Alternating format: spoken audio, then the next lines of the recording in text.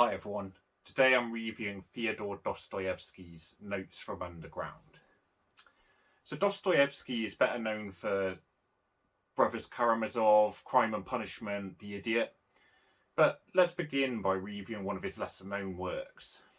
In Notes from Underground, the 19th century Russian writer puts forward arguments against utopianism, rational egoism, and he's writing about the end of religious ideals in Russia.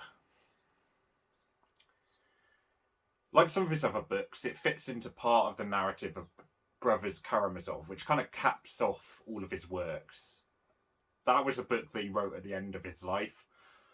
Notes from Underground comes earlier, but it kind of fits into this puzzle that he's kind of unlocking about the end of religious traditionalism and what's going to be left behind.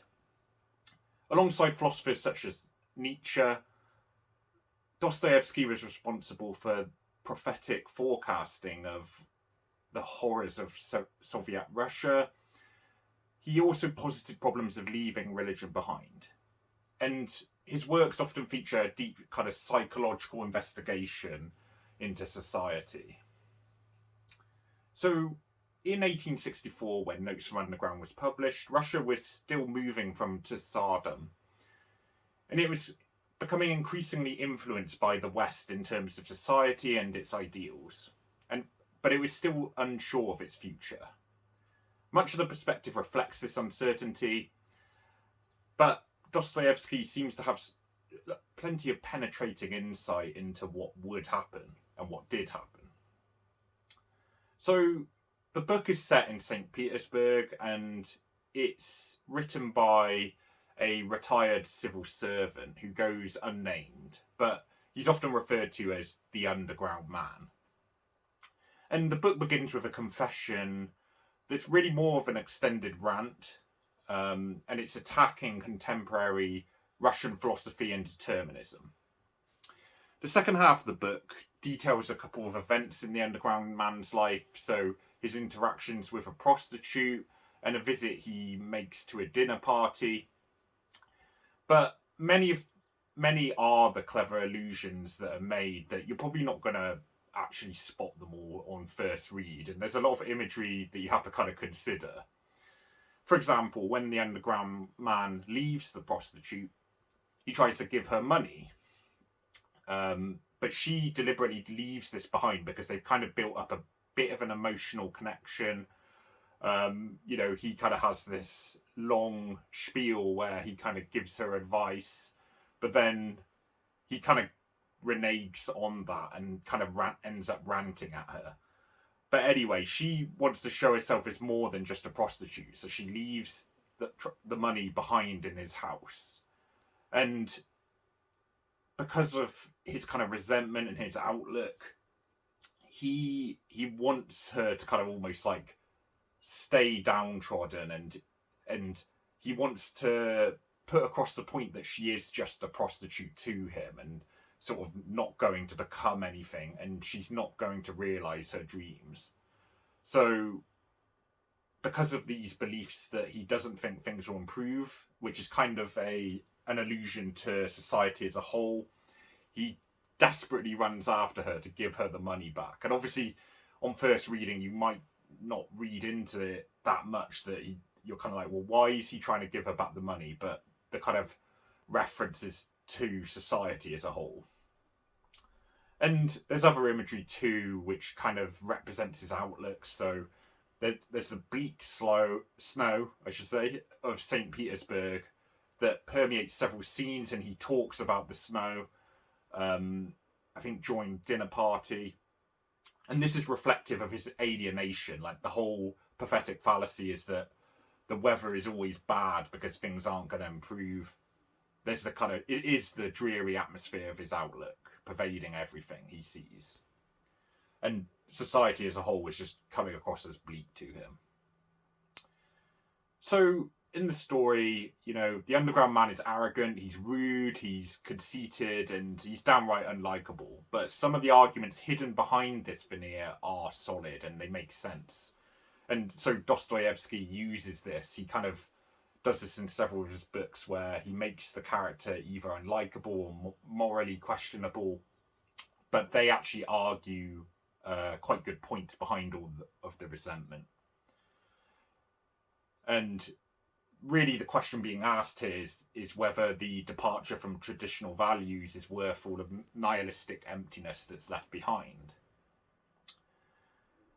And yeah, so as I mentioned, his resentment and alienation is evident. You know, he's cruel to the prostitute unnecessarily. You know, she's talking about dreams and he kind of tries to give her like a reality check. And he really unleashes this resentment on everyone around him. He's cruel to his servant, and although it is a bit less clear if that's so one-sided, from his other interactions, you kind of infer that probably he's been cruel to his servant in the first instance, and then the servant's kind of reacting to it somewhat. And,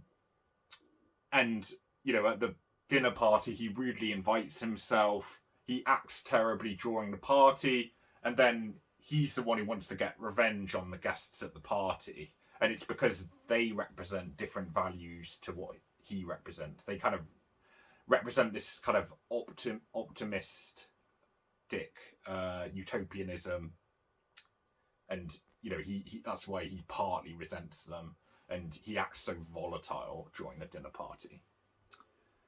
So one of the guests at this party, Zverkov, has several characteristics coming from a distortion of the philosopher Rousseau.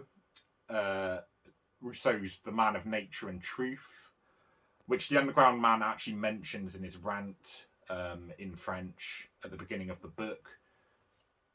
And the Underground Man exchanges this kind of terminology or idea as the unconscious man. So obviously kind of attacking Rousseau's philosophy in a way. And the Underground Man is calling him the unconscious man because he kind of reviles the latter's blind faith, you know, but the Underground Man feels inadequate compared to this kind of optimistic new man that's sort of emerging. And he kind of attacks it as unconscious. So you're kind of left with a picture of his alienation at the way the party goes, you know, rightly or wrongly, you know, he's treating everyone around him with resentment, and he's kind of resenting the world. You know, he proselytizes to other people, and it all like damages his perception of himself as well. So readability in terms of the book itself, many of the allusions and kind of references you're probably going to miss. You know, it's quite a complex book, as it's kind of alluding to a lot of philosophies. There's satire in there of other writers, but for the most part the actual language is like very easy to read. There's not necessarily hugely complex language. I think there's the odd term that you might not know necessarily, but it's a very deep book psychologically and in terms of allegory. So final score, I think Dostoyevsky is a uniquely skillful writer. You know, his works have got kind of worldwide acclaim, and he often features in sort of top 10 books ever lists. But Notes from Underground might not be as well recognised as some of those works, but it's still really great to read. It's a very clever book, and it's very deep. So I think it's really well worth a read. I'm going to give this one an 8 out of 10. He's very unique as a writer, and you are very engaged, and you're also trying to work out what he's getting at a lot of the time. But often it's written in a clever way where you can work it out, I think. So it's impressive writing, basically. So I'll be reviewing more books like literary classics and the such like. So like and subscribe and all that. And thanks for listening.